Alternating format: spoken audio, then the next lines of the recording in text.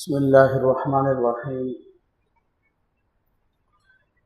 صراط المستقیم کورس کا کل ہم نے دوسرا سبق پڑھا تھا اور اس کورس کا تیسرا سبق ہے۔ ہر کورس کے اندر یعنی ہر سبق کے اندر 5 چیزیں بالترتیب آ رہی ہیں: قرآن کریم کی آیات، منتخب احادیث، عقائد، احکام و مسائل اور مصنون دعائیں۔ تیسرے سبق کے شروع میں قرآن کریم کی جو آیات موجود ہیں یہ سورہ فاتحہ کی ابتدائی آیات ہیں۔ سورہ فاتحہ اس کی ابتدائی آیات ہیں۔ اس میں اللہ تبارک و تعالیٰ نے خود اپنا تعارف کروایا ہے۔ کسی شخصیت کا تعارف، کسی ذات کا تعارف حاصل کرنے کی 2 صورتیں ہوتی ہیں۔ ایک یہ کہ کوئی دوسرا شخص اس ذات سے متعلق معلومات فراہم کرے۔ دوسری صورت یہ کہ وہ ذات خود اپنا تعارف بتائے کہ میرا تعارف کیا ہے۔ رب تعالیٰ نے ان آیات میں اپنا تعارف خود بتایا کہ میرا تعارف کیا ہے۔ یہ سورہ فاتحہ ہے۔ فاتحہ عربی زبان کا لفظ ہے اور یہ الفتح سے ہے۔ فتح کے معنی ہوتے ہیں کسی چیز کو کھولنا۔ جب ہم قرآن کریم کھولتے ہیں تو سب سے پہلے جو صورت ہمارے سامنے آتی ہے وہ سورہ فاتحہ ہے۔ اس صورت کو سورہ شفا بھی کہتے ہیں، اس لیے کہ مختلف بیماریوں سے یہ شفا ہے۔ اور سورہ فاتحہ میں اللہ تبارک و تعالیٰ نے جو ابتدائی آیات ہیں اس میں اپنا تعارف دعوے اور دلیل کے انداز میں بیان فرمایا ہے۔ اللہ تعالیٰ نے ارشاد فرمایا: الحمدللہ رب العالمین۔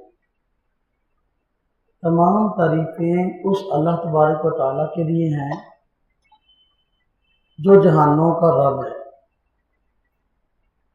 الرحمن الرحیم، جو بے حد مہربان، نہایت رحم کرنے والا، مالک یوم الدین، بدلے کے دن کا مالک ہے۔ ان آیات میں دیکھیں جو سورہ فاتحہ کا آیت کا پہلا حصہ ہے الحمدللہ، یہ ایک دعویٰ ہے۔ فرمایا اللہ تعالیٰ نے الحمدللہ، ہر قسم کی ساری تعریفیں اللہ کے لیے۔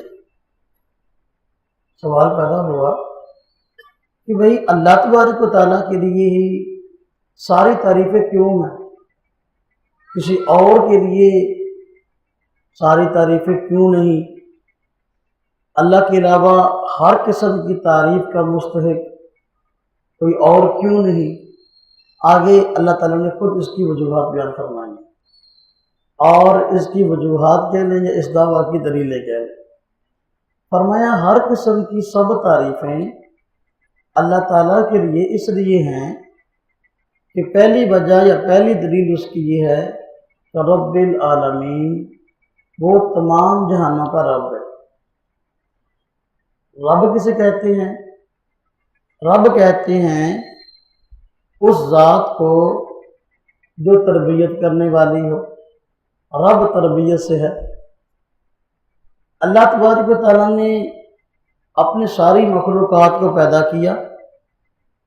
پیدا کرنے کے بعد ہر مخلوق کی جو ضرورت ہے اللہ تبارک و تعالیٰ ان کی ضروریات کو پورا کر رہی ہے اور اپنی ہر مخلوق کی تربیت کر رہی ہے۔ تربیت کسے کہتے ہیں؟ تربیت کا معنی ہوتا ہے کہ شروع سے لے کر آخر تک کسی چیز کی ضروریات کا خیال اس طریقے سے کرنا کہ وقت کے گزرنے کے ساتھ ساتھ جس چیز کو اس کو ضرورت ہے تمام ضروریات وقت اور حالات کے مطابق اس کو مہیا کی جائیں، اس طریقے سے اس کی دیکھ بھال کی جائے کہ وہ چیز حد کمال کو پہنچ جائے۔ جیسا کہ دیکھیں ہمارے یہاں عرف عام میں ایسا ہے، کاشتکار لوگ جو کاشتکاری کرتے ہیں، پودے لگاتے ہیں، تو وہ پودا لگانے سے پہلے کیا کرتے ہیں؟ سب سے پہلے زمین کو تیار اور ہموار کرتے ہیں۔ بڑی محنت سے وہ زمین جب تیار ہو جاتی ہے اس کے بعد اس میں پودا لگا دیتے ہیں۔ جب پودا لگ جاتا ہے، پودا لگانے والا مالی اس کی ہر قسم کی دیکھ بھال کرتا ہے اور جس چیز کی اس کو ضرورت ہوتی ہے اس کو مہیا کرتا ہے، نقصان دہ چیزوں سے اس کی حفاظت کرتا ہے، فائدہ مند چیزیں اس کو فراہم کرتا ہے۔ پودا لگا دیا، اس کو پانی کی ضرورت ہے، دے دیا، پانی دیا تو ارد گرد دوسری جڑی بوٹیاں اگ آئیں جو اس کے لیے نقصان دیتی تو ان کو اکھیڑا، سپرے کی ضرورت پیش آئی تو سپرے کر دی، کھاد کی ضرورت پیش آئی تو کھاد اس میں ڈال دی، جہاں تک اس کی ساری ضروریات کا خیال رکھتا رہا کہ وہی پودا ایک دن بڑا پھلدار اور پھولدار درخت بن گیا۔ تو اس طریقے سے دیکھ بھال کی پہلے دن سے لے کر آخر تک کہ جو اس کی ضرورت تھی اس کو پورا کیا، یہاں تک کہ اپنے حد کمال کو یہ درخت پہنچ گیا۔ یہ تربیت ہے۔ رب تعالیٰ نے ساری مخلوق کو پیدا کیا اور پیدا کرنے کے بعد جس مخلوق کی جو ضروریات ہیں رب تعالیٰ ان ضروریات کو پورا کرتا ہے اور جہاں تک کہ اس کو حد کمال تک پہنچا دیتا ہے۔ تو یہ جو فرمایا الحمدللہ، ہر قسم کی تعریفیں اللہ تبارک و تعالیٰ کے لیے ہی ہیں۔ کیوں؟ اس لیے کہ وہ جہانوں کا رب ہے۔ ہر قسم کی جو بھی مخلوق ہے ان سب کی ضروریات کو پورا کرنے والی رب تعالیٰ کی ذات ہے، تربیت کرنے والی صرف رب تعالیٰ کی ذات ہے۔ جب ہے ہی رب تعالیٰ کی ذات، صرف تربیت کرنے والی رب تعالیٰ کے علاوہ اور کوئی ذات ہے ہی نہیں، تو ہر قسم کی تعریف بھی اللہ تعالیٰ کے لیے۔ یہ فرمایا کہ جہانوں کا رب ہے۔ جہان، اس کی تشریح بہت لمبی ہے، مختصر کریں۔ جہان کی عام طور پر 3 قسمیں بیان کی جاتی ہیں: عالم دنیا، عالم برزخ، عالم آخرت۔ عالم دنیا سے مراد وہ حالات، وہ زمانہ، وہ وقت جو انسان کی دنیا میں آنے سے لے کر موت تک کا ہوتا ہے، اس کو عالم دنیا کہتے ہیں۔ موت کے بعد سے لے کر قیامت تک انسان پر جو حالات اور واقعات اور تفصیلات اس کے ساتھ واقع ہوتی ہیں اس کو عالم برزخ کہتے ہیں۔ اور قیامت کے دن جب حضرت اسرافیل سور پھونکیں گے، لوگ سارے زندہ ہو جائیں گے، اس کے بعد سے لے کر ابدالآباد یعنی ہمیشہ ہمیشہ تک انسان پر جو حالات اور واقعات پیش آئیں گے اس سارے کے سارے حالات اور واقعات، زمانے اور وقت کا نام عالم آخرت ہے۔ تو فرمایا اللہ تبارک و تعالی جہانوں کا رب ہے، یعنی عالم دنیا کا بھی رب ہے، عالم برزخ کا بھی رب ہے، عالم آخرت کا بھی رب ہے۔ بعض مفسرین نے یہاں تک تشریح فرمائی ہے کہ عالم کی اتنی اقسام ہیں کہ بیان ہو ہی نہیں سکتی۔ عالم صرف 3 نہیں، عالم بہت زیادہ ہے۔ مثلا دیکھیے، عام طور پہ ہم کہتے ہیں رب تعالیٰ نے اپنی مخلوقات میں 18,000 مخلوقات پیدا کی ہیں۔ 18,000 مخلوقات میں ہر مخلوق کے زندگی گزارنے کا طریقہ الگ ہے، رہن سہن کا طریقہ، کھانے پینے کا انداز، سب ماحول ایک مخلوق کا دوسرے سے مختلف ہے، گویا ہر ایک کا جہان اپنا ہے۔ اگر مخلوقات 18,000 ہیں تو جہان 18,000 ہو گئے۔ پھر ان جو جاندار مخلوقات ہیں ان میں مذکر بھی ہیں، ان میں مؤنث بھی ہیں۔ جو مذکر ہیں ان کی زندگی گزارنے کا طریقہ الگ ہوتا ہے، جو مؤنث ہیں ان کی زندگی گزارنے کا طریقہ الگ ہوتا ہے۔ انسانوں میں دیکھ لیں، مردوں کی زندگی گزارنے کا طریقہ الگ ہے، عورتوں کی زندگی گزارنے کا طریقہ الگ ہے۔ تو جب یہ بات ہے تو پھر مذکر کا ماحول الگ ہے، عالم الگ ہے، اور مؤنث کا جو ہے وہ عالم اور حالات الگ ہیں۔ تو دیکھو یہ بھی رب العالمین میں آ گیا۔ بلکہ یہاں تک دیکھیں کہ اللہ پاک نے جتنی مخلوقات پیدا کی ہیں، ہر مخلوق کا ہر فرد جو ہے اس کا ذہن، اس کی سوچ، اس کی فکر دوسرے سے مختلف ہے، اور زندگی گزارنے کا اور ڈھنگ طریقہ دوسرے سے کچھ مختلف ہے۔ مخلوقات میں ہم انسانوں میں دیکھ لیں، ہر انسان ہے، ہم یہاں اتنے افراد ماشاءاللہ بیٹھے ہیں، ہر ایک کی فکر اور سوچ دوسرے سے مختلف ہے۔ ہر آدمی اس دنیا میں رہتا ہے، لیکن اس دنیا میں ہر ایک کے رہنے کا طریقہ دوسروں سے معاملات کرنے کا جو ایک اس کا خاص طرز ہے، وہ اس کی جو فکر ہے وہ الگ ہے۔ ہر ایک نے اپنے مستقبل کا پلان الگ بنایا ہوا ہے، جو گویا ہر انسان کا جہان دوسرے سے مختلف ہے۔ تو فرمایا رب العالمین، تو عالمین یہ عالم کی جمع ہے، اب کتنے عالم ہیں اس کا پتہ ہی نہیں، جتنے بھی عالم ہیں رب تعالیٰ سب کا رب ہے اور سب کی تربیت کرتا ہے اور ہر ایک کی دیکھ بھال کرتا ہے، اس لیے ہر قسم کی تعریف کی مستحق رب تعالیٰ کی ذات ہے۔ پھر دوسری دلیل بیان فرمائی الحمدللہ کی، کہ ہر قسم کی تعریف اللہ تعالیٰ کے لیے کیوں ہے؟ فرمایا اس لیے کہ وہ الرحمن ہے۔ الرحمن کا معنی میں نے بسم اللہ الرحمن الرحیم میں بڑی تفصیل سے کیا تھا کہ الرحمن کا معنی وہ ہستی جس کی رحمت اپنی کائنات کی ہر چیز کو شامل ہو، کائنات کا کوئی ایسا فرد نہ ہو جس کی اس کو رحمت شامل نہ ہو، اس کی رحمت عام ہے، کسی خاص فرد، کسی خاص طبقے، کسی خاص قوم، کسی خاص قبیلے، کسی شہر اور علاقے کے لیے نہیں ہے، بلکہ سب کے لیے عام ہے۔ جب سب پر رحم کرنے والی ذات صرف ایک رب تعالیٰ کی ہے، رب تعالیٰ کے علاوہ اور ہے ہی کوئی نہیں، تو ہر قسم کی تعریف بھی اللہ تعالیٰ کے لیے اور کسی کے لیے نہیں۔ پھر آگے اللہ تعالیٰ نے اس کی تیسری وجہ بیان فرمائی ہے، تیسری دلیل بیان فرمائی کہ ہر قسم کی تعریف اللہ کے لیے کیوں ہے۔ فرمایا الرحیم، یہ اس کی تیسری وجہ، ہر قسم کی تعریف اللہ تعالیٰ کے لیے اس لیے ہے کہ وہ رحیم ہے۔ رحیم میں نے عرض کیا تھا وہ ذات ہے جس کی رحمت کائنات کے ہر فرد کو عام ہونے کے ساتھ ساتھ کامل اور مکمل ہے، یعنی رحم فرماتی ہے ذات رب تعالیٰ کی، کامل اور مکمل رحم فرماتی ہے۔ کائنات کے کسی فرد کو رب تعالیٰ کی رحمت ادھوری شامل نہیں ہے، بلکہ پوری کی پوری رحمت شامل ہے۔ جب پوری کی پوری رحمت رب تعالیٰ فرماتے ہیں، ہر ایک پر کسی اور کی رحمت کی ضرورت ہی نہ رہ گئی، تو پھر ہر قسم کی تعریف اللہ تعالیٰ کے لیے، کسی اور کے لیے نہیں۔ آگے چوتھی اس کی وجہ یا چوتھی دلیل بیان فرما دی مالک یوم الدین، کہ ہر قسم کی تعریف اللہ تعالیٰ کے لیے کیوں ہے؟ اس لیے کہ وہ بدلے کے دن کا مالک ہے۔ یہ زندگی اللہ رب العزت نے ہر انسان کو عارضی عطا کی ہے، اور اس زندگی کے اندر ہر انسان نے اپنی کوشش کے مطابق اور اپنی فکر اور سوچ کے مطابق جو ہے وہ اس نے زندگی گزارنی ہے۔ بعد میں موت کے بعد رب تعالیٰ کے یہاں پیش ہونا ہے، اور رب تعالیٰ اس کو اس کے کیے کے مطابق بدلہ دیں گے۔ جب رب تعالیٰ نے ہی ہر انسان کو اور ساتھ ہر جن کو، اس لیے انسان اور جن دونوں کو اللہ تعالیٰ نے اپنی عبادت کے لیے پیدا کیا۔ اللہ پاک فرماتے ہیں ما خلقت الجن والانس الا لیعبدون، کہ میں نے جنات اور انسان کو اس لیے پیدا کیا کہ وہ میری عبادت کریں۔ جب پیدا اللہ تعالیٰ نے ان کو عبادت کے لیے کیا، جن لوگوں نے رب تعالیٰ کی مرضی کے مطابق زندگی گزاری، شریعت کے مطابق زندگی گزاری ہوگی، ان کو اچھا بدلہ عطا فرمائیں گے۔ جنہوں نے نافرمانی کی ہوگی، ظاہر بات ہے ان کو برا بدلہ مل جائے گا۔ تو بدلہ دینا، جزا اور سزا کی مالک اللہ کے علاوہ اور ہے ہی کوئی نہیں، صرف رب تعالیٰ کی ذات ہے، اس لیے ہر قسم کی تعریف اللہ تعالیٰ کے لیے، اللہ کے علاوہ اور کسی کے لیے ہے نہیں۔ تو یہ چار وجوہات الحمدللہ کی بیان فرما دی کہ الحمدللہ ہر قسم کی تعریف اللہ کے لیے کیوں ہے۔ آگے فرمایا ایاک نعبد و ایاک نستعین، طرز بدل لیا رب تعالیٰ نے۔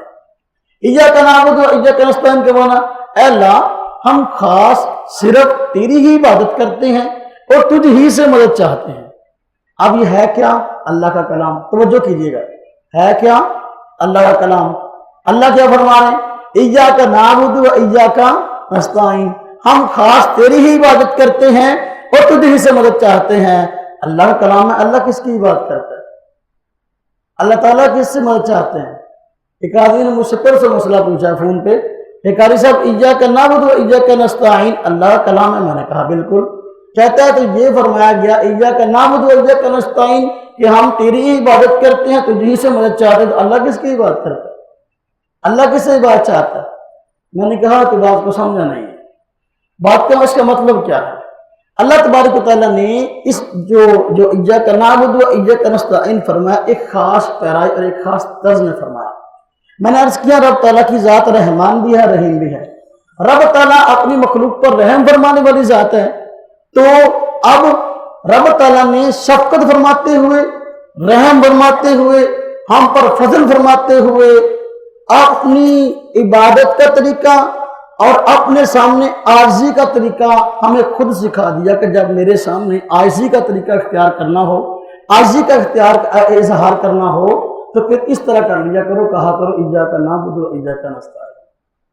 یہ ہے اللہ کا کلام، لیکن اللہ تعالیٰ نے بندوں کو الفاظ اس کے سکھا دیے اور متعین کر دیے کہ اس طرح تو مجھے راضی کیا کرو۔ جس وقت قرآن کریم اتر رہا تھا، ایک اور وجہ بھی ہے، جس وقت قرآن کریم اتر رہا تھا، مشرکین مکہ اس ماحول میں اللہ تبارک و تعالیٰ کی عبادت بھی کرتے تھے، بتوں کی عبادت بھی کرتے تھے، یعنی شرک کرتے تھے۔ جو مسلمان تھے وہ صرف اللہ کی عبادت کرتے تھے، مشکل اوقات میں مدد بھی اللہ سے چاہتے تھے۔ اب دونوں میں اختلاف ہو گیا، مشرکین مکہ میں اور مسلمانوں میں۔ مشرکین مکہ کہتے تھے عبادت اللہ کی بھی ہے اور بتوں کی بھی ہے، مسلمان کہتے نہیں بتوں کی ہی ہے، توجہ کیجیے گا۔ اور مشرکین مکہ کہتے تھے مدد اللہ سے بھی مانگنی ہے، بتوں سے بھی مانگنی ہے، اور مسلمان کہتے تھے نہ بلکہ مدد اللہ ہی سے مانگنی ہے۔ اب اختلاف کیا ہوا کہ گویا اختلاف ایک نقطے کا تھا۔ وہ کہتے تھے مسلمان اللہ ہی کی عبادت ہے، جبکہ مشرک کہتے تھے اللہ کی بھی عبادت ہے، اور مسلمان کہتے تھے مدد مشکل حالات میں اللہ ہی سے مانگنی ہے، اور جو کافر مشرک تھے وہ کہتے تھے کہ مدد اللہ سے بھی مانگنی ہے۔ بھی کا کیا مطلب ہوتا ہے؟ بھی کا مطلب ہوتا ہے کہ اللہ کے سے بھی مانگنی ہے، کسی اور سے بھی مانگنی ہے، یہ ہے بھی کا مطلب۔ اور ہی کا مطلب ہے کہ صرف اللہ سے مانگنی ہے۔ تو مشرکین مکہ عبادت اللہ کی کرتے اور ساتھ بتوں کی کرتے، اور کہتے اللہ کی بھی ہے بتوں کی بھی ہے۔ مشرکین مکہ مدد اللہ سے چاہتے اور ساتھ مشرکین سے چاہتے، کہتے مدد اللہ سے بھی ہے اور بتوں سے بھی ہے، لیکن مسلمان صرف اللہ تعالیٰ کی عبادت کرتے اور اللہ تعالیٰ سے مدد چاہتے اور کہتے عبادت اللہ ہی کی ہے اور مدد بھی صرف اللہ ہی سے ہے۔ تو فرق صرف ایک نقطے کا تھا، ہی اور بی میں فرق کس چیز کا ہے؟ نقطے کا۔ ہی کے نیچے نقطہ لگاؤ تو بی بن گیا، تو ایک نقطے کا کہتے ہیں کہ نقطے نے محرم سے مجرم بنا دیا۔ تو محرم اور مجرم والی بات ہے کہ ایک نقطے سے وہ کہتے تھے کہ اللہ کی بھی، مسلمانوں نے کہا اللہ ہی کی۔ اللہ کو مسلمانوں کی بات پسند آئی، جو کہتے ہیں صرف عبادت اللہ کی، صرف مدد اللہ سے، اللہ کو یہ بات پسند آئی، اس لیے اللہ تبارک و تعالیٰ نے اس کو قرآن کا حصہ بنا کر سورہ فاتحہ میں نازل کر دیا اور فرمایا یہ بات اچھی ہے، یہی تم اپنی نماز میں کہا کرو، ایاک نعبد و ایاک نستعین، یا اللہ تیری ہی عبادت کرتے ہیں، یا اللہ تجھ ہی سے مدد چاہتے ہیں۔ بات سمجھ آ گئی؟ سورہ فاتحہ کا اگلا حصہ جو ہے وہ چوتھے سبق کے اندر آئے گا۔ حدیث شریف 40 احادیث یاد کرنے کی فضیلت۔ 40 احادیث یاد کرنے کی فضیلت میں حضرت ابو درداء رضی اللہ عنہ فرماتے ہیں کہ رسول اللہ صلی اللہ علیہ وسلم نے ارشاد فرمایا، میری امت میں سے جو شخص دین کے بارے میں 40 حدیثیں یاد کرے گا، اللہ تعالیٰ اس کو قیامت کے دن فقیہ بنا کر اٹھائیں گے اور میں قیامت کے دن اس کے لیے سفارش کروں گا اور گواہی دوں گا۔ 40 احادیث یاد کرنے کی فضیلت۔ ہر سال جب کورس ہوتا ہے تو میں کہا کرتا ہوں ساتھیوں کو کہ فرض کفایہ کے طور پر کچھ افراد ایسے ہونے چاہیے جو 40 حدیثیں یاد کر لیں، تو ماشاءاللہ کوئی 2-4 ساتھی یاد کر بھی لیتے ہیں، تو اس سال بھی جو یاد کریں گے انشاءاللہ ان کی حوصلہ افزائی کی جائے گی، انشاءاللہ ان کو خصوصی انعام دیا جائے گا جو حضرات 40 احادیث یاد کریں گے۔ کتاب کے اندر 40 احادیث لکھی ہوئی ہیں اور ان پر اعراب بھی لگے ہوئے ہیں، ان احادیث کو جو آدمی یاد کر لے گا تو قیامت کے دن ہمارے پیارے پیغمبر صلی اللہ علیہ وسلم اس کی حوصلہ افزائی فرمائیں گے، دنیا میں ہم اس کی حوصلہ افزائی کریں گے۔ دیکھیے سمجھے اس حدیث کو، آپ نے فرمایا جو 40 حدیثیں یاد کرے گا تو انعام کے طور پہ فرمایا قیامت کے دن وہ فقی اٹھے گا. فقی کسے کہتے ہیں؟ فقی فقہ سے ہے. تو فقہ کا معنی ہوتا ہے دین میں گہری سمجھ. جو آدمی 40 حدیثیں یاد کرے گا قیامت کے دن اٹھے گا تو ان لوگوں میں اٹھے گا جن کو دین کی گہری سمجھ ملی ہوئی ہوگی, دین کی صحیح سمجھ ملی ہوگی. کیوں؟ وجہ اس کی یہ ہے کہ 40 حدیثیں جو آدمی یاد کرے گا تو ظاہر بات ایک مرتبہ کہنے سے تو یاد نہیں ہو جائیں گے, اس کے لیے کوشش اور محنت کرنی پڑے گی اور مستقل طور پر جو ہے وہ لگاؤ رکھنا پڑے گا دین کے ساتھ. تو جو 40 حدیثیں یاد کرے گا ایک مرتبہ اس نے یاد کر بھی نہیں تو دوبارہ پھر بھول جائے گا اگر بار بار یاد نہ کی تو قیامت کے دن تو بھائی یہ اجر اس کو ملے گا جس کو قیامت کے دن 40 حدیثیں آتے بھی ہوں. تو پوری زندگی اگر اس نے ایک مرتبہ یاد کر لی تو بار بار دہراتا رہے گا, بار بار دہراتا رہے گا, بار بار دہراتا رہے گا. تو یہ اس سے دین کے ساتھ لگاؤ کی علامت ہے. اور دین کے ساتھ جو آدمی لگاؤ رکھ لیتا ہے اس کا لازمی نتیجہ یہ ہے کہ اس کو دین کی سمجھ نصیب ہو جاتی ہے. اس لیے فرمایا قیامت کے دن اٹھے گا تو فقی اٹھے گا. یہ نہیں فرمایا دنیا میں فقی بن جائے گا, دنیا میں فقی بن جانے کا نہیں فرمایا. فرمایا قیامت کے دن جو ہے فقی اٹھے گا. ان دونوں میں بڑا فرق ہے. دنیا کے اندر فقی بن جائے گا یہ نہیں فرمایا, اس لیے کہ فقی بننے کے لیے بڑی محنت کرنی پڑتی, محض الفاظ یاد کر لینا کافی نہیں ہے. قرآن کریم کا محض ترجمہ, حدیث کا محض ترجمہ یا اس کے الفاظ کو یاد کر لینا یہ فقی بننا نہیں ہے, بلکہ جو ہے قرآن کریم کی ساری آیات پر عبور, کون سی آیت کب اتری, کس پس منظر میں اتری اور اس کی تفصیل کیا ہے, اس کا ناسخ کیا ہے, اس کا منسوخ کیا ہے, اس کی ملتی جلتی اور ہم معنی آیات کیا ہیں, اس کے علوم پر نظر رکھنے والا, حدیث کے علوم پر نظر رکھنے والا اور قرآن کریم کی کس آیت سے کیا مسئلہ نکلتا ہے اور کس حدیث سے کیا مسئلہ نکلتا ہے, ان تمام چیزوں کو جاننے والا فقی دنیا میں بنتا ہے. یہ نہیں فرمایا دنیا میں, آخرت میں فرمایا کہ اس کو یہ اللہ تعالیٰ انعام عطا فرمائیں گے کہ آخرت کے اندر جو ہے وہ فقی اٹھے گا, یعنی دینداروں میں اس کا شمار ہو جائے گا. اچھا, یہاں بات ارشاد فرمائی گئی, نبی پاک صلی اللہ علیہ وسلم نے ارشاد فرمایا میں قیامت کے دن اس آدمی کی سفارش کروں گا. دیکھو ہر مسلمان کی خواہش ہے کہ نبی پاک صلی اللہ علیہ وسلم اس کی سفارش فرما دیں. کتنا آسان طریقہ ہے, 40 حدیثیں یاد کر لو, نبی پاک صلی اللہ علیہ وسلم کی سفارش کے مستحق بن جاؤ. آسان ہی طریقہ, بڑا آسان فارمولہ ہے. تو اب نبی پاک صلی اللہ علیہ وسلم ایسے آدمی کی سفارش کیوں فرمائیں گے؟ 40 حدیثیں یاد کرے گا, اس لیے کہ 40 حدیثیں یاد کر رہا ہے. حدیث ہے کیا؟ نبی پاک صلی اللہ علیہ وسلم کا قول, نبی پاک صلی اللہ علیہ وسلم کا فعل, یہ احادیث ہیں. تو جو آدمی 40 حدیثیں یاد کرے گا یہ دلیل ہے اس کے پیارے پیغمبر صلی اللہ علیہ وسلم کے ساتھ عشق اور محبت کی. جو پیارے پیغمبر صلی اللہ علیہ وسلم سے عشق اور محبت کرتا ہے اللہ نبی پاک صلی اللہ علیہ وسلم اس کی جو ہے سفارش فرما دیں گے. سمجھ آئی؟ اور اسی طرح نبی پاک صلی اللہ علیہ وسلم نے بڑی اہم بات اور ارشاد فرمائی, قیامت کے دن میں اس آدمی کے حق میں گواہی دوں گا کہ یہ آدمی مومن ہے. یہ آدمی پیارے پیغمبر صلی اللہ علیہ وسلم جس کے حق میں گواہی دے کہ یہ آدمی مومن ہے, اس کا تو جنت میں جانا ذرا کتنا آسان ہے. تو 40 حدیثیں یاد کر کے اتنی بڑی فضیلت مل جائے اور چاہیے کیا؟ فرمایا کہ میں گواہی دوں گا یہ مومن ہے. نبی پاک صلی اللہ علیہ وسلم گواہی دے رہے ہیں تو بہت بڑے اعزاز کی بات ہے.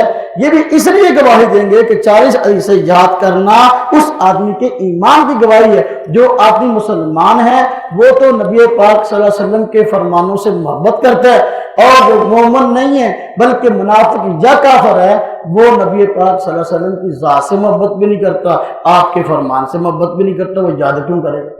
اس لیے فرمایا کہ یاد کرے گا تو یہ اس بات کی واضح دلیل ہے کہ یہ آدمی مومن ہے اور نبی پاک صلی اللہ علیہ وسلم سے اس کو عشق اور محبت ہے. اس لیے قیامت کے دن نبی پاک صلی اللہ علیہ وسلم اس آدمی کے حق میں گواہی دینا ہے کہ یہ آدمی جو ہے واقعی مومن اور مسلمان ہے. یاد کریں گے حدیث؟ چھوٹے بچوں سے تو نہیں ہو سکتی ہے نا, جو ہمارے بزرگ بیٹھے ہیں چلو ان سے تو ذرا مشکل ہے. کون کون یاد کرے گا؟ ماشاءاللہ ماشاءاللہ ماشاءاللہ. جو حضرات یاد کرنا چاہیں میرے تعاون کی ضرورت تو میں انشاءاللہ بھرپور تعاون کروں گا. یعنی میں اعراب حدیثوں کا جو ہے وہ پوچھنا ہو اور اپنا گاہے بگاہے تھوڑی تھوڑی یاد کر کے مجھے سناتے رہیں. 5 یاد کر لی, 6 یاد کر لی, 7 یاد کر لی, میں سنتا رہوں گا. پھر جو ہے انشاءاللہ کورس کے ختم ہونے تک 40 حدیث یاد رہیں گے انشاءاللہ. تو انشاءاللہ آپ کی سفارش ہوگی تو میں کہوں گا نبی پاک صلی اللہ علیہ وسلم یا رسول اللہ صلی اللہ علیہ وسلم کہ میرے کہنے سے اس نے یاد کی تھی، میری بھی سفارش فرما دیجیے. ہر دنیا میں ہر آدمی لالچی ہے نا، لالچ کے لیے کون نہ کام کرتا ہے. تو آپ یاد کریں گے، میں سنوں گا انشاءاللہ. تو اللہ خیر کرے، میرا بھی انشاءاللہ بیڑا پار ہوگا. بھائی عقائد میں بھی ترتیب عقائد آ رہے ہیں. ذات باری تعالیٰ سے متعلق عقائد ہم نے پڑھے. آپ رب تعالیٰ کی قدرت اور تقدیر سے متعلق بات ہے. فرمایا رب تعالیٰ کی قدرت سے متعلق بات ارشاد فرمائی گئی عموم قدرت باری تعالیٰ کے عنوان سے کہ اللہ تعالیٰ اپنے کیے ہوئے فیصلوں کے تبدیل کرنے پر قادر ہیں، اگرچہ وہ اپنے فیصلوں کو بدلتے نہیں. اللہ تبارک و تعالیٰ نے اس کائنات کو بنایا اور اللہ تبارک و تعالیٰ ایک خاص ڈسپلن کے تحت اس کائنات کو چلا رہے ہیں.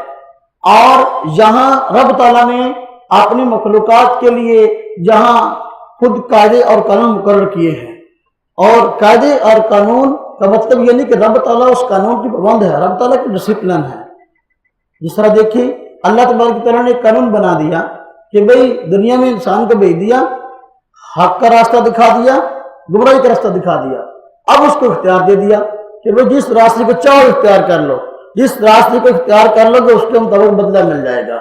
اب ایک آدمی اچھا راستہ اختیار کر لے گا تو انجام اچھا ہے، برے کا انتخاب کر لے گا تو انجام برا ہے. اب جس آدمی نے گناہوں ہے تو کلمہ پڑھ لیا، مسلمان ہے، لیکن زندگی جو ہے اس نے گناہوں میں گزاری ہے، تو اب جو ہے گناہوں کی زندگی میں متلوث رہا ساری زندگی. اللہ کا قانون اور اللہ کا عدل تو یہ ہے کہ یہ آدمی جو ہے اپنے گناہوں کی سزا بھگت کر جائے جنت کے اندر. لیکن اگر اللہ تعالیٰ فضل فرما دے، اس کو معاف کر دے، جس طرح اللہ تعالیٰ نے فرمایا ان اللہ لا یغفر ان یشرک بہ ویغفر ما دون ذلک لمن یشاء، کہ شرک کو میں معاف نہیں کرتا، بلکہ کسی بھی گناہ کو معاف کر سکتا ہوں. تو عدل کا تقاضا یہ ہے کسی گناہ کی معافی نہ ہو، لیکن رب تعالیٰ کے فضل کا تقاضا یہ ہے کہ معافی ہو جائے. کتنے لوگ اللہ تعالیٰ کے فضل سے جنت میں چلے جائیں گے. تو اللہ تعالیٰ اپنے فیصلوں کو عام طور پر بدلتا نہیں، لیکن بسا اوقات بدلنا چاہے تو بدل لیتے ہیں، اس لیے کہ ان اللہ علی کل شیء قدیر، اللہ تعالیٰ کی ذات ہر چیز پر قادر ہے. تقدیر باری تعالیٰ، اس مسئلے کو سمجھ لینا ذرا. کہتے اس عالم میں جو کچھ ہوتا ہے یا ہوگا سب کچھ ہونے سے پہلے اللہ تعالیٰ ہی کے علم میں ہے، اور اللہ تعالیٰ اپنے علم کے موافق ہر چیز کو پیدا فرماتے ہیں. تقدیر علم الہی کا نام ہے، نہ کہ امر الہی کا. تقدیر کو سمجھ لیجیے. عموماً ہمارے ذہن میں باتیں آتی ہیں، سوالات آتے ہیں، شبہات آتے ہیں. تقدیر کو سمجھ لیں گے تو شبہات دور ہو جائیں گے. تقدیر کیا چیز ہے؟ یہاں بتا دیا گیا تقدیر اللہ تعالیٰ کے علم کا نام ہے، اللہ تعالیٰ کے حکم کا نام نہیں ہے. کیا مطلب؟ مطلب یہ ہے جب سے رب تعالیٰ نے کائنات بنائی ہے اس وقت سے لے کر جو کچھ آج تک ہوا وہ بھی اللہ کے علم میں ہے، اور عبد الآباد ہمیشہ ہمیشہ تک کیا ہونے والا ہے یہ بھی اللہ تعالیٰ کے علم میں ہے. اس کا نام ہے تقدیر.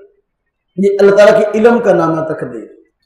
تقدیر کا ویسے معنی اندازہ ہوتا ہے، کسی چیز کا اندازہ کرنا، کسی چیز کا جو ہے تخمینہ لگانا، لیکن یہاں مراد علم ہے. اور رب تعالیٰ کی طرف اس کی نسبت ہو تو علم یقینی، اللہ تعالیٰ کو پکا علم ہے کیا ہونے والا ہے اور کیا ہو گیا ہے. رب تعالیٰ کسی چیز کو بھولتے نہیں ہے. تقدیر حکم الہی کا نام نہیں ہے. کیا مطلب؟ ایسا نہیں ہے کہ کوئی کام دنیا میں وجود میں آتا ہو، آنے سے پہلے اللہ کو اس کا علم نہ ہو، جب وہ کام ہو جائے اس کے بعد اللہ کو اس کا علم ہوتا ہے. ایسی بات نہیں ہے، بلکہ کسی کام کے وجود میں آنے سے پہلے ہی اللہ کو پتا ہوتا ہے کہ یہ کام ہونے والا ہے. اب میں اس کی تھوڑی سی تشریح کر دیتا ہوں، کھولتا ہوں ذرا اس بات کو. تقدیر علم الہی کا نام ہے. کچھ دنوں میں ایک آدمی نے مجھ سے واٹس ایپ میں مسئلہ پوچھا.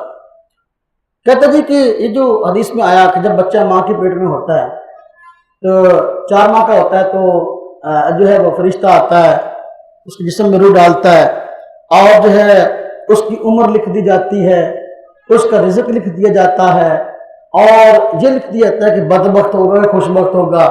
یہ سب چیزیں لکھ دی جاتی ہیں. کہتا ہے رزق تو لکھ دیا گیا، اب جو ملے گا اب تو ہم بیٹھے جو ہے نا ظاہر بات ہے اس کے انتظار میں بیٹھیں گے. اللہ نے لکھ دیا اب تو وہ تو مل کے رہے گا.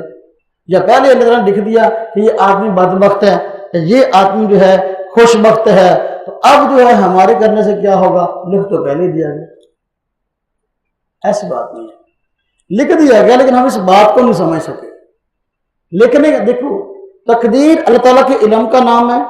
اللہ تعالیٰ نے جو کچھ پہلے ہوا، جو کچھ ہونے والا ہے، تو قلم کو کہا کہ لکھ دو، لوح محفوظ پہ قلم نے لکھ دیا جو کچھ پہلے ہوا، جو کچھ آئندہ ہونے والا ہے.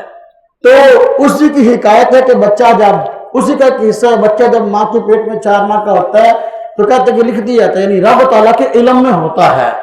اور فرشتے جو لوگوں کے اعمال کو آگے پہنچانے والے ان کی ڈیوٹیاں ہیں، ان کے علم میں یہ بات لائی جاتی ہے کہ یہ بچہ جو ہے اس کی کل عمر اتنی ہوگی، یہ بچہ خوش بخت ہوگا یا بدبخت ہوگا، اس کے رزق کی یہ تفصیل ہے، سب کچھ جو ہے وہ جو ہے یہ چیز طے کر دی جاتی ہے اور اللہ کے علم میں ہوتی ہے اور متعلقہ فرشتوں کی چیزیں بتا دی جاتی ہیں.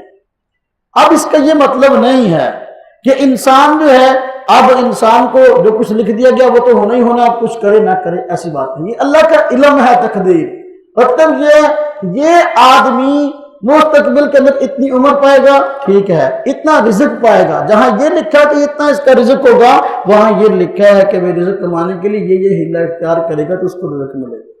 یہ مطلب نہیں کہ بیٹھے جڑے وہاں بیٹھے ایک جگہ پر انتظار میں بیٹھے کہ اللہ روزی دے تو پھر کھائیں گے، اللہ کے انتظار میں کہ اللہ زبردستی آ کر کھلائے، ایسی بات نہیں ہے. ہیلہ اختیار کر، جہاں یہ لکھا کہ اس کو روزی ملے گی وہاں یہ لکھا ہے کہ یہ کام کرے گا تو ملے گی. گھر بیٹھے بیٹھے نہیں ملے گی. گھر بیٹھے روزی عورتوں کو ملتی ہے، مردوں کو نہیں ملتی. گھر بیٹھے روزی کس کو ملتی ہے؟ عورتوں کو. مردوں کے حق میں یہ لکھا ہوا ہے یہ محنت کرے گا، کام کرے گا تب ملے گی، وگرنہ نہیں ملے گی. یہ جو لکھا یہ بدبخت ہوگا، خوش بخت ہوگا، تو یہاں جہاں یہ لکھا نا وہی لکھا ہے کہ یہ آدمی اپنے اختیار سے اچھے اعمال کرے گا تو خوش بخت ہوگا. وہاں یہ بھی لکھا ہے اپنے اختیار سے برے اعمال کرے گا تو نتیجہ اس کا بدبختی ہوگا. یہ مطلب نہیں کہ رب تعالیٰ کسی کو زبردستی بدبخت بنانے والا ہے، ایسی بات نہیں. اس مسئلے کو موبائل دو، اس مسئلے کو اور کھول دو. انسان جو افعال کرتا ہے، جو کام اس کے جسم سے وجود میں آتے ہیں، یہ کام خالق ان کا اللہ ہے، اختیار بندے کو دیا ہے. اس کو ہم اپنے مولیانہ اصطلاح میں کہتے ہیں خلق اللہ کا ہے، کسب بندے کا ہے. کوشش بندے کی ہوتی ہے اور جو ہے وہ خلق توفیق رب تعالیٰ کی ذات سے ہوتی ہے. کوئی بھی کام انسان کرتا ہے، مثلا ہم مسجد میں آئی، مغرب کی نماز جماعت سے پڑھی ہے، تو اب کوشش ہم نے کی ہے گھر سے چل کے آگے یہاں نماز پڑھنے کی، یہ کسب ہے، یہ محنت ہے، ٹھیک ہے، اور توفیق اللہ کی ہوئی. کوئی بھی چیز ہے خلق اللہ کا ہے، کوشش بندے کی ہے. اگر یہ کہو کہ کوشش بندے کی ہے ہی نہیں، بندہ مجبور ہے، پھر تو جنت اور دوزخ کا سوال ہی پیدا نہیں ہوتا. تو نبی کریم صلی اللہ علیہ وسلم نے مستقبل میں گمراہ فطروں کی ان کے متعلق جو ہے وہ خبر دی کہ مستقبل میں مختلف گمراہ فرقے پیدا ہوں گے. ان میں ایک گمراہ فرقے کے متعلق بتایا کہ وہ قدریہ ہوں گے، تقدیر کے منکر ہوں گے. تو ایسا تابعین کے دور میں ایسا طبقہ پیدا ہوا جنہوں نے تقدیر سے متعلق عجیب بات شروع کی اور تقدیر کا انکار کیا اور کہا کہ جو ہے تقدیر، ان کو قدریہ کہنے لگے. وہ اصل میں ایک فرقہ تھا جن کا نام تھا معتزلہ. وہ ہر کام کو اپنی عقل سے، ہر چیز کو اپنی عقل سے پرکھنے کا عادی تھا. عقل میں جو کام آتا، جو چیز آتی تو اس کو مان لیتا، جو عقل کے خلاف ہوتا اس کو نہ مانتا. تو اس نے تقدیر کا انکار کر دیا. اس نے کہا ہم اس بات کو نہیں مانتے کہ خلق اللہ کا ہے، کسب بندے کا، بلکہ خلق ہی جو ہے بندے کا ہے اور انسان اپنے افعال کا خود خالق ہے. یعنی پورے کا پورا اختیار بندے کو ہے، اللہ کا اس میں کوئی دخل ہے ہی نہیں. کہا کہ جو آدمی کوئی بھی کام کرتا ہے، جب کام وجود میں آ جاتا ہے اللہ کو اس وقت پتہ چلتا ہے، اس سے پہلے اللہ کو پتہ نہیں ہوتا. لیکن انہوں نے کہا قدریوں نے، تقدیر کے منکر لوگوں نے، نبی کریم صلی اللہ علیہ وسلم نے ان کے متعلق بڑی جو ہے عجیب و غریب باتیں ارشاد فرمائی کہ یہ لوگ جو ہے وہ زمین میں دم سے گن پر عذابات آئیں گے. واقعی ایسا ہوا تاریخ کے اندر. تو اس بات کا انکار کیا. یہ گمراہ فرقہ تھا. اس کی تردید کے لیے کچھ لوگ آگے بڑھے، اس طرح کہ میں نے کل کہا تھا کہ بس اوقات کسی فرقے کی تردید میں تو گروہ اٹھتا ہے، ایسا طریقہ اختیار کرتا ہے کہ وہ خود گمراہی کا شکار ہو جاتا ہے، تو راستے سے بھٹک جاتا ہے۔ ایک گروہ ان کی تردید کے لیے اٹھا تو ایسا طریقہ کار اختیار کیا جو خود غلط تھا، خود گمراہی میں پڑ گیا، خود گمراہ ہو گیا۔ ان کا نام تھا اس گروہ کا جبریہ۔ انہوں نے کہا کہ انسان جو بھی کام کرتا ہے، انسان اس کام کے کرنے میں مجبور ہے، سارا کام کروانا ہی اللہ۔ کسی کو قتل کرنا تو بھی اللہ کروانا، نعوذ باللہ، چوری کروانی تو بھی اللہ ہی کروانا، ڈاکہ مارنا بھی اللہ کروانا، تو ہر پٹھا کام تو اللہ اسے میں ڈال دیا۔ تو کہا کہ انسان بالکل ہے مجبور، ایک مشین کی طرح گھوم رہا، جس طرح کہ دیکھو مشین بٹن دباؤ چلنے لگ جاتی ہے، بٹن دباؤ تو بند جاتی ہے، تو دیکھو اللہ بٹن دبا دیتا ہے تو یہ چل رہا ہے، ایسا کوئی اختیار نہیں ہے، انسان بالکل مجبور ہے۔ تو یہ ان کی تردید میں یہ فرقہ اتنا آگے بڑھ گیا۔ انہوں نے کہا کہ انسان اپنے آپ کا خود خالق، انہوں نے کہا نہ بلکہ انسان کو کچھ، انہوں نے کہا اللہ کو اختیار ہے ہی نہیں، سارا اختیار ہے ہی بندے کو۔ انہوں نے کہا کہ بندے کو اختیار ہے ہی نہیں، سارا اختیار ہے ہی اللہ کو۔ اس کے درمیان میں اہل سنت والجماعت نے جو موقف اختیار کیا، صحابہ کرام، تابعین، تبع تابعین سے لے کر، وہ کیا کہ بھئی اختیار اللہ تعالیٰ نے بندے کو دیا ہے، لیکن جو ہے رب تعالیٰ کی توفیق اور رب تعالیٰ کی طرف سے جو ہے وہ مدد شامل حال ہوتی ہے، تب کوئی کام جو ہے وجود میں آتا ہے۔ رب تعالیٰ کی رضا شامل حال ہوتی ہے، تب کوئی کام وجود میں آتا ہے، اس کے بغیر نہیں۔ ہاں انسان اچھے کام بھی کرتا ہے، انسان برے کام بھی کرتا ہے۔ جب اچھے کام کرتا ہے رب تعالیٰ کی ذات راضی ہوتی ہے اور اس پر انعام ملتا ہے۔ جب انسان برے کام کرتا ہے رب تعالیٰ کی ذات اس سے راضی نہیں ہوتی، لیکن جب وہ گمراہی کے راستے پڑ جاتا ہے رب تعالیٰ خود پھر یہ بات فرما دیتی ہے، اچھا اگر تو جو ہے گمراہی کے راستے میں پڑھنا ہی چاہتا ہے، چلنا ہی چاہتا ہے تو ٹھیک ہے، تیرے حق میں یہی مقدر ہے۔ اب جو ہے وہ خود گمراہی کے راستے پڑ جاتا ہے، رب تعالیٰ اس کو زبردست نہیں ڈانٹتے۔ تو اہل سنت والجماعت نے ہمیشہ سے درمیان کا راستہ اختیار کیا، صراط مستقیم کو اختیار کیا، نہ تو پٹری سے اترے ہیں اور نہ غلو کا شکار ہوئے ہیں، بلکہ درمیان کا راستہ اختیار کیا جو واقعی جو ہے راہ حق تھا۔ تو فرمایا کہ دیکھو یہ چھری ہے، اس کو پیدا اللہ نے کیا ہے، لیکن اس چھری کا استعمال انسان کے لیے جائز بھی بتایا ہے اور ناجائز بھی موجود ہے طریقہ۔ اب اسی چھری سے چاہو سبزی کاٹ دو، اسی چھری سے چاہو تو کسی کا پیٹ پھاڑ دو، تو اس کا استعمال بندے کے اختیار میں ہے۔ اگر بندہ صحیح استعمال کرے گا تو صحیح انجام ہے، برا اگر طریقہ کار اختیار کرے گا تو برا انجام ہے۔ اگر کہو کہ انسان بالکل ہے مجبور، پھر تو جنت اور دوزخ کا سوال ہی پیدا نہیں ہوتا۔ جنت ہے اس لیے انسان اپنے اختیار سے اچھے اعمال کرے گا، دوزخ ہے اس لیے کہ انسان اپنے اختیار سے برا راستہ اختیار کرے گا، اس لیے دوزخ ہے۔ اس لیے کچھ نہ کچھ اختیار رب تعالیٰ نے انسان کو دیا۔ اور یہ جو قدریہ تھے معتزلہ، انہوں نے اپنا نام رکھا ہوگا اصحاب العدل والتوحید۔ کیا نام رکھا تھا؟ اصحاب العدل والتوحید، عدل والے، توحید والے۔ تو اگرچہ اس کی تشریح بتاتے ہوئے بڑی دیر لگے گی کہ انہوں نے اپنے نام کیوں رکھا، صرف اتنی بات عرض کروں، وہ اپنے آپ کو بہت بڑا توحید پرست کہتے تھے کہ ہم سے بڑا توحید پرست کوئی نہیں ہے۔ تو جو بھی آدمی اپنے آپ کو توحید پرست کہے تو آنکھیں بند کر کے اس کے پیچھے لگ جایا کرو، دیکھ لیا کرو کہ اس کی توحید ہے بھی صحیح ہے، مشکوک ہے۔ اس نے کہا اپنے آپ کو توحید پرست، اصحاب العدل والتوحید، کہا انسان اپنے افعال کا خود خالق ہے۔ جب ہر انسان کو اپنے افعال کا خود خالق مان لیا تو وہ تو مخلوق رہا نہیں، وہ تو رب کے کیا مقام ہو گیا، نعوذ باللہ۔ ہے توحید پرست، سارے انسانوں کو رب اور خالق مان لیا، یہ کیسی توحید ہے؟ جتنے انسان اتنے خالق، یہ توحید ہے؟ یہ تو توحید کی توہین ہے، نام رکھ لیا اصحاب العدل والتوحید۔ تو جو توحید کا دعویٰ کرے کہ ہم توحید پرست ہیں، اس کی توحید کو دیکھ لیا کہ وہ توحید ہے کیسے۔ اصحاب العدل والتوحید، یہ لوگ کہتے ہیں انسان اپنے افعال کا خود خالق۔ تو دیکھو ہر لاکھوں کروڑوں لوگوں کو خالق مان لیا، اس کے باوجود توحید پہ فرق نہیں آیا، یہ عجیب توحید۔ بات سمجھ میں آئے گی؟ تقدیر علم الہی کا نام ہے، تقدیر امر الہی کا نام نہیں ہے۔ جب کوئی کام وجود میں نہیں آتا رب تعالیٰ کو پہلے ہی پتا ہوتا ہے، وجود میں آتا ہے تو تب بھی پتا ہوتا ہے، رب تعالیٰ کے علم کا نام ہے۔ اب کوئی چور، کوئی ڈاکو، کوئی سودخور، کوئی برا کام کرنے والا اپنے گناہ پر بہانہ نہیں بنا سکتا۔ تقدیر میں تو ایسا ہی لکھا ہوا تھا کہ تو نے ایسے کرنا ہے تو لہذا میں نے کر لیا، میرا قصور کیا ہے؟ کہتے ہیں عدالت میں ایک چور پکڑا گیا، اور اس کی چوری ثابت ہو گئی. جج صاحب سزا سنانے لگے تو چور صاحب کہنے لگے جی جج صاحب میرا کی قصور ہے, تقدیر چ ادھی لکھیا ہوا سا, تقدیر چ یہی لکھیا سی کہ میں چوری کرنی ہے. جج صاحب نے کہا اچھا تقدیر چ یہی لکھیا سی کرنا, ہاں سپاہی نہیں بلایا کرنا, آپ ہی ادھر پیچھے 10 جتیاں ہوئی لا, 10 جتیاں لگیاں. جج کہنا جتنے یہ لکھیا سا نا کہ تو چوری کرنی ہے اتنے یہ بھی لکھا سی تینوں 10 جتیاں بھی لگنی. جہاں یہ لکھا تھا چوری کرنی ہے وہاں یہ بھی لکھا ہے جوتے بھی لگنے ہیں. وہاں یہ بھی لکھا ہے کہ انہیں اپنے اختیار سے چوری کی ہے, یہ نہیں لکھا کہ تجھے چوری کرنے کو مجبور کیا گیا. اللہ تعالیٰ صحیح سمجھ نصیب فرمائے. آگے دیکھیں مسائل و احکام, جھوٹے پانی کے احکام.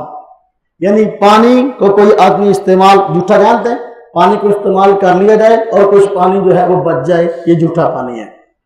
تو جاندار پانی کو استعمال کرے تو اس کے جھوٹے کیا حکم ہے؟ کہتے ہیں جو حکم جاندار کے گوشت کا ہے وہی حکم اس کے پسینے, لعاب اور جھوٹے کا ہے. جاندار کے گوشت کا, اب دیکھو جس جاندار کا گوشت حلال ہے, ٹھیک ہے, وہ گوشت پاک بھی ہے, اس کا پسینہ بھی پاک ہے, اس کا لعاب بھی پاک ہے. توجہ کیجیے گا, جس جانور کا گوشت حرام ہے اس کا گوشت ناپاک ہے اور اس کا پسینہ بھی ناپاک ہے, اس کا لعاب بھی ناپاک ہے. اب یہ بات ہو گئی, یہ قانون ہے. جب قانون ذکر کیا جاتا ہے کوئی نہ کوئی, ہر قانون کلی نہیں ہوتا, اکثر ہی ہوتا ہے.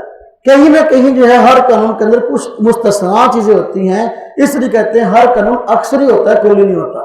اب ہم نے یہ بات ابھی بیان کی کہ جو حکم جاندار کے گوشت کا وہی حکم اس کے لعاب اور پسینے کا ہے. یعنی جس کا گوشت حرام اس کا پسینہ اور لعاب ناپاک, جس کا گوشت حلال اس کا گوشت پسینہ اور لعاب پاک. اب یہاں ہم بات کرتے انسان کا گوشت حلال کے حرام, اب اس کا پسینہ پاک کے ناپاک, پاک. اس کا لعاب پاک کے ناپاک, پاک. اس کا گوشت پاک کے ناپاک, پاک. یہ کیا بات ہے؟ کہتا تو ہم نے کچھ اور بیان کیا, بات ہم کچھ اور کر رہے ہیں. عمومی قانون یہی ہے جو بیان ہوا, یہ مستثنا چیزیں ہیں. انسان کا کوئی سوال ہے, اگر نہ حرام ہے کھانا تو کیوں حرام ہے؟ اس لیے ہے کہ ساری چیزیں کائنات کی انسان کے فائدے کے لیے ہیں, اور انسان کو اللہ پاک نے اپنا نائب اور اپنا خلیفہ بنایا ہے, اپنا نمائندہ بنایا ہے. اللہ پاک نے فرمایا وَلَقَدْ كَرَّمْنَا بَنِي آدم, آدم کی اولاد کو میں نے عزت دی ہے. اس کا اعزاز یہ کہ اس کو کوئی نہ کھائے, وہ پاؤں سارے جہانوں کھا لے. اس کو کوئی نہ کھائے, وہ چاہے جس چیز کو چاہے کھا جائے. انسان کے گوشت کو حرام قرار دیا انسان کی عزت کی وجہ سے, کہ اشرف المخلوقات ہے, اس کا گوشت اس لیے حرام ہے, معزز چیز ہے.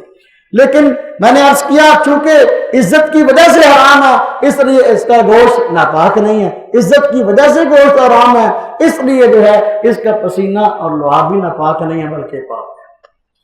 اچھا, گھوڑے کا گوشت جو ہے اپنا حرام ہے کہ حلال؟ حرام. جب حرام ہے اس کا جھوٹا پاک ہونا چاہیے کہ نہ پاک؟ لیکن پاک ہے. اس کا پسینہ اور لعاب پاک ہونا چاہیے کہ نہ پاک؟ پاک ہے. اور حالانکہ اگر گوشت حرام ہے تو پسینہ اور لعاب بھی ناپاک ہونا چاہیے. پھر کیا وجہ اس کے پاک ہونے کی؟ وجہ اس کی یہ ہے کہ گھوڑے کا گوشت جو حرام قرار دیا گیا اس کی وجہ یہ تھی کہ یہ جنگ کی سواری تھی اور اس میں بہت کثرت سے استعمال ہوتی تھی. اس کے گوشت کو حرام قرار دے دیا گیا کہ اگر اس کو لال کیا گیا کثرت سے اس کے استعمال سے کہیں اس کے کم ہونے کا خدشہ لاحق نہ ہو جائے, یہ سواریاں کم نہ ہو جائے, اس لیے حرام قرار دے دیا اور کہا کہ اس کا گوشت نہ کھاؤ. یہ جنگ کی سواری ہے. اس دور میں بھی آج بھی دیکھ لیں اتنی ترقی ہو گئی ہے, اتنی گاڑیاں, ہوائی جہاز, فوجیوں کے پاس ہر قسم کا جدید جو ہے ٹیکنالوجی ہے جنگ کرنے کے لیے, لیکن اس کے باوجود گھوڑے کی ضرورت آج بھی ہے. گھوڑے والی فوج مستقل آج بھی موجود ہے سارے ملک میں. گھوڑے والی فوج, گھوڑا جنگ کی سواری ہے, یہ کام آنے والا تھا. اس لیے کہا کہ یہ کم نہ ہو جائے تو اس کا گوشت نہیں کھانا, تو اس کو بھی ایک قسم کی عزت بیچارے کو مل گئی.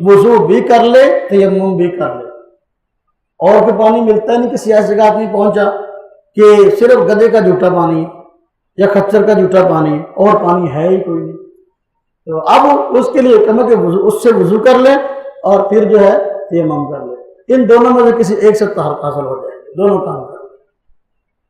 بات سمجھ آ گئی جی؟ ہاں، اب دیکھیے نا، یہ اب ہم کہیں گے یہ کیسے بھی پاک تو ہے، پاک نہیں کرتا۔ دیکھیں، اس کا گوشت حرام ہے، گدھے کا اور خچر کا، اس کا تقاضا کیا ہے؟ اس کا جھوٹا پانی ناپاک ہو۔ لیکن گھریلو پالتو ہے، اس کا تقاضا یہ ہے کہ اس کا جھوٹا پاک ہو۔ اب ایک جہت کا تقاضا یہ کہ ناپاک ہو، دوسری جہت کا تقاضا یہ ہے کہ اس کا جھوٹا پانی جو ہے پاک ہو۔ دونوں کا اعتبار کر لیا گیا، تو پانی کے اندر ایک صفت کو مان لیا، ایک کی نفی کر دی۔ اس کا جھوٹا پاک تو ہے لیکن پاک کرنے والا نہیں ہے، اس سے دوبارہ پاکی حاصل نہیں ہو سکتی کیونکہ پاک ہے۔ اس لیے یہ فرمایا گیا تیمم کا حکم اس وقت ہے جب پانی نہ ہو، پانی تو موجود ہے، پاک ہے، اس لیے پہلے اس سے وضو کر لو، کیونکہ پاک کرنے والا نہیں ہے، اس لیے حکم بعد میں تیمم بھی کرو۔ مسنون دعائیں، ہر سبق کے آنٹ پہ مسنون دعا آتی ہے، تو اس سبق کے تیسرے سبق کے آنٹ میں بھی دعا آئی ہے۔ میں نے عرض کیا تھا دعائیں بھی بترتیب جو ہے وہ غالباً آئیں گی، تو ہم پہلے دعائیں پڑھ چکے ہیں، رات کو سوتے وقت کی دعا، صبح کو اٹھتے وقت کی دعا، تو اب دعا آئی ہے واش روم میں جانے، بیت الخلاء میں داخل ہوتے وقت کی دعا۔ جب آدمی صبح کو اٹھتا ہے تو سب سے پہلے کہاں جاتا ہے؟ بیت الخلاء میں، بیت الخلاء میں جاتا ہے نا جی؟ ہاں جی، ہاں، اگر واقعی وہ سمجھے کہ میں جاگ گیا ہوں، اگر وہ سمجھے کہ میں جاگ گیا ہوں اور جاگنے کے بعد وہ واش روم جاتا ہے، تو اس لیے جو ہے بیت الخلاء میں جانے کی دعا جو ہے بتائی گئی ہے۔ اب بیت الخلاء میں جانے کی دعا کیا ہے؟ دیکھیں، بسم اللہ اللہم انی اعوذ بک من الخبث والخبائث، دعا یاد کر لینی چاہیے۔ مسنون دعاؤں کے یاد کرنے کے اتنے فوائد ہیں، اتنے فوائد ہیں کہ اس کا ہم اندازہ نہیں کر سکتے۔ اس لیے کورس کے جہاں فائدے میں اور فائدہ حاصل ہو، یہ مسنون دعائیں یاد کر لینی چاہیے۔ اب میں بتاتا ہوں کیا فائدہ ہے اس کا۔ کیا فائدہ؟ پہلے ترجمہ دیکھیں، بسم اللہ، اللہ کے نام کے ساتھ، اللہم انی اعوذ بکا، اللہ ہم تیری پناہ میں آتے ہیں، من الخبث والخبائث، خبیث جنوں سے اور خبیث جننیوں سے۔ اے اللہ ہم تیری پناہ میں آتے ہیں خبیث جنوں سے اور خبیث جننیوں سے۔ جا تو رہا ہے یہ بیت الخلاء میں اور دعا مانگ رہا ہے کہ اللہ ہم تیری پناہ میں آتے ہیں، تیری حفاظت میں آتے ہیں خبیث جنوں سے، خبیث جنوں سے۔ تو یہ دعا کیوں سکھائی گئی؟ یہ دعا اس لیے سکھائی گئی، دیکھو جو دعا آتی میں بتاتا ہوں یہ کیوں سکھائی گئی، تاکہ وجہ پتہ چل جائے، آدمی کی خرش دور ہو جائے کہ یار جا تو واش روم میں رہا ہوں تو جنوں سے پناہ کیا مطلب ہے۔ یہ دعا اس لیے سکھائی گئی کہ جو بیت الخلاء ہے یہ گندگی کے ڈیرے ہیں، گندی جگہ ہیں، جنات اور شیاطین یہ گندی جگہوں کو پسند کرتے ہیں، ان جگہوں پر ان کا آنا جانا ہوتا ہے۔ ان جگہوں پر چونکہ ان کا آنا جانا ہوتا ہے، اس لیے جو ہے جب انسان ایسی جگہوں پر جائے گا تو اس بات کا گمان ہے کہ وہ جنات یا شیاطین اس کو پریشان کریں اور اس آدمی کو تنگ کریں، اس کی وجہ سے یہ آدمی پریشان ہو جائے۔ ان کے شر سے بچنے کے لیے جو ہے دعا سکھا دی گئی۔ ہمارے پیارے پیغمبر صلی اللہ علیہ وسلم رحمت للعالمین ہیں، سارے جہانوں کے لیے رحمت بن کے آئے ہیں، ایسی شفیق ذات ہے کہ زندگی کے کسی بھی شعبے کے اندر جو ہے، زندگی کے کسی بھی حصے کے اندر جو ہے ہماری رہنمائی ایسا نہیں کہ نہ فرماتی ہو، زندگی کے ہر شعبے کے اندر آپ نے رہنمائی فرمائی ہے کہ میری امت کو نقصان نہ ہو، میری امت کو نقصان نہ ہو، میری امت کا فائدہ ہو جائے۔ اب دیکھو چونکہ یہ نقصان والی جگہ ہیں، شیاطین اور جنات یہاں نقصان پہنچاتے ہیں، گندی جگہ ان کا بسیرا اور مسکن ہوتا ہے، اس لیے فرمایا جب تم واش روم میں جاؤ جانے سے پہلے جو ہے اس دعا کو پڑھ لو۔ جب دعا کو پڑھ لو گے اب اللہ کی حفاظت میں آگے، اب جنات جو ہے یہ نقصان نہیں پہنچائے۔ کتنی بڑی بات۔ آج کل جو ہے بندہ 2 دن بیمار ہو جانا، کہتے اتنے کسی نے کچھ کیتا، لگتا ہے اثرات نے، لگتا ہے جن چمڑے ہوئے ایدہ ہو گیا۔ جب یہ دعائیں پڑھو گے تو پھر کچھ بھی نہیں ہوگا۔ جو لوگ اعمال نہیں کرتے نا اور مسنون اعمال کا خیال نہیں کرتے، ان کے ساتھ ایسے معاملات پیش آتے ہیں۔ دعائیں یاد کریں، کتنا بڑا فائدہ، شیاطین کے شر سے بچ کے رہیں گے۔ تو شیطان بھی جن ہے، جس طرح کہ قرآن کریم میں رب نے فرمایا کان من الجن ففسق عن امر ربی، یہ شیطان جو ہے ابلیس یہ بھی جن تھا جس نے اپنے رب کے حکم کی نافرمانی کی۔ یہ سب جنات، جس طرح کہ کوئی انسانوں میں اچھے بھی ہیں برے بھی ہیں، جنات کے اندر اچھے بھی ہیں اور برے بھی ہیں۔ جو برے ہیں، جس طرح برے انسان دوسرے انسانوں کو نقصان پہنچاتے ہیں، اس طرح برے جنات جو ہیں دوسرے جنات کو بھی نقصان پہنچاتے ہیں، انسانوں کو بھی نقصان پہنچاتے ہیں۔ ان کے شر سے بچنے کے لیے دعا سکھائی گئی ہے، اس لیے اس دعا کو یاد کریں، انشاءاللہ اس کا فائدہ ہوگا۔ اللہ رب العزت جو ہے ہمیں عمل کی توفیق عطا فرمائے۔ وآخر دعوانا ان الحمد للہ رب العالمین۔